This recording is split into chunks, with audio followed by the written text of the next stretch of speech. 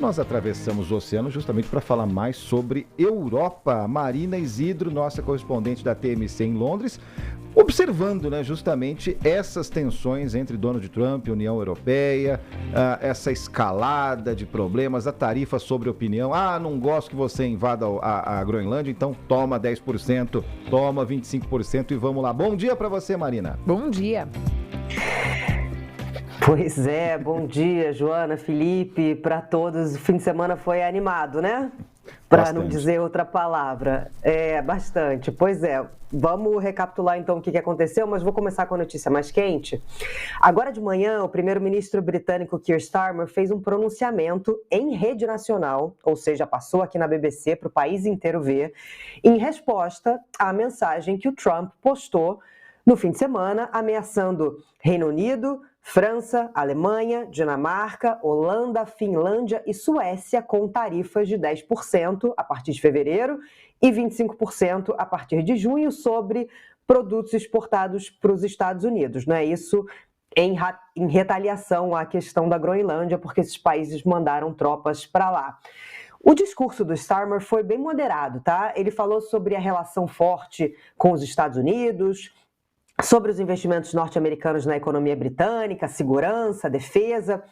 Voltou a defender a soberania da Groenlândia, falou de defesa coletiva da ilha, né? Então muito parecido com aquele comunicado que os países europeus divulgaram há alguns dias, chamando os Estados Unidos de aliados da OTAN. E o Starmer diz também que o uso de tarifas contra aliados é errado.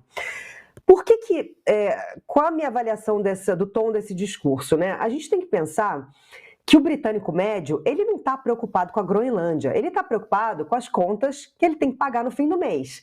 Então foi com a intenção de falar com a população para explicar, como ele disse, que a geopolítica importa para as pessoas porque afeta, por exemplo, o custo da energia elétrica. Então, é o Keir Starmer se colocando nessa posição de líder do país, explicando para o povo por que ele está tomando decisões baseadas no diálogo, né? Porque ele está enfrentando pressão da oposição aqui para ser bem firme com os Estados Unidos. E isso foi o que aconteceu por aqui até hoje de manhã. Se a gente olhar as reações de outros líderes europeus em resposta a essa ameaça de tarifas do Trump, elas foram variadas, tá? A primeira-ministra da Itália, Giorgia Meloni, também adotou esse tom de união com os europeus e diplomático com Trump, chamou as tarifas de erro, mas pediu diálogo. A Dinamarca segue com um tom alto, né, como sempre, porque a Groenlândia pertence à Dinamarca. Então, a primeira-ministra dinamarquesa disse que a Europa não vai ser chantageada com tarifas.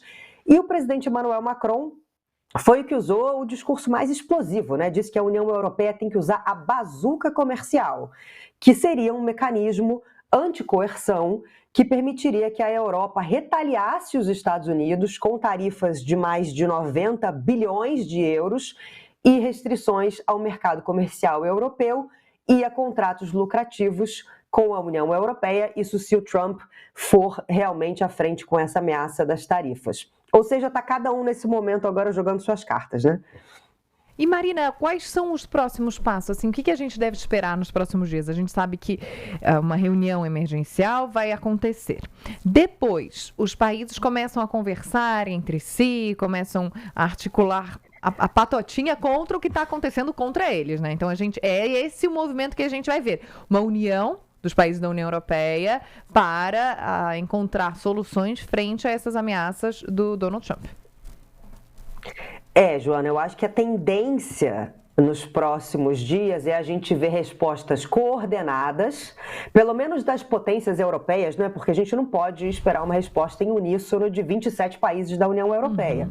Mas eu acho que, pelo menos pensando nas grandes potências europeias, sim, e muita diplomacia, né? Então a gente já teve no fim de semana os líderes europeus divulgando um novo comunicado conjunto, pregando união na Europa, né? Ontem eles falaram com Trump, e o tom foi de tentar achar uma solução juntos, e agora também acho que vão usar todos os encontros internacionais para discutir o assunto entre eles e com os oficiais norte-americanos, incluindo, por exemplo, o Fórum de Davos essa semana. O Trump deve ir na quarta-feira, então eles vão se encontrar e aí no dia seguinte está prevista uma reunião do Conselho Europeu para tratar do tema, né, com urgência. Então eu acho que é mais ou menos isso que a gente deve esperar para os próximos dias, né? Então respostas coordenadas mostrando união da Europa e diplomacia.